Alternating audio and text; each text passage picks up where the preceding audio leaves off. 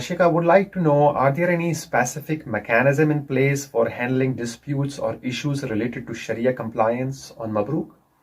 And can you provide some examples in relation to that? So when it comes to handling disputes, I want to mention an important point here. Allah subhanahu wa ta'ala says in the Quran, Ya ayyuhalladhina amanu idha tadayantum bidayn ila ajalin musamman faktubu.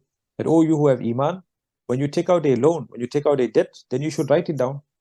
So it means now that in order to prevent disputes, in order to prevent conflicts, we have the concept of documenting transactions in Sharia.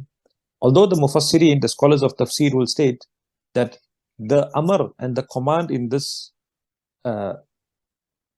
ayah of Faktubu is for istihbab, it is for recommendation purposes and not for wujub.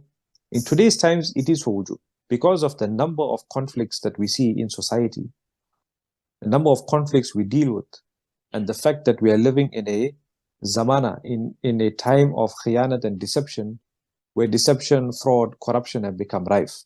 It is critical and imperative for all transactions to be documented. So at Mabrook, we have very clearly defined that governance should be of the highest standard. Every contractual arrangement must be documented.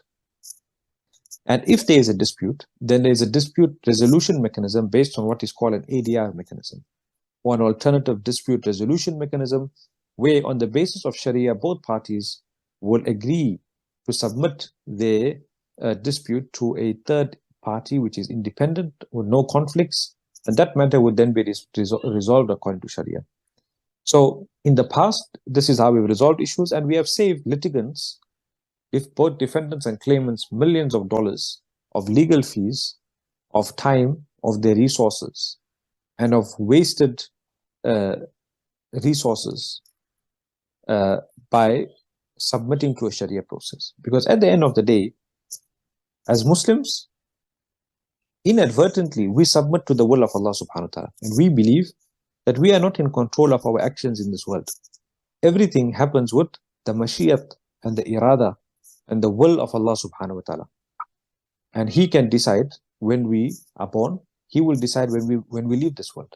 So if we believe in the most powerful person, in the most powerful being who has our lives in his control, then we should ultimately believe that he controls each and every action of ours.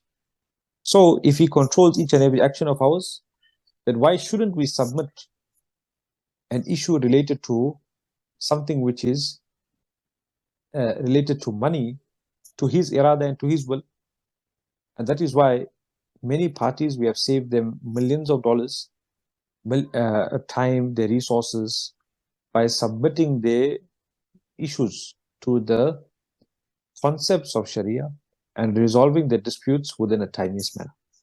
And this is why I submit to the public that they should also consider this mechanism to resolve their differences, their conflicts, and ultimately they can have the peace of mind to know that they are Sharia compliant.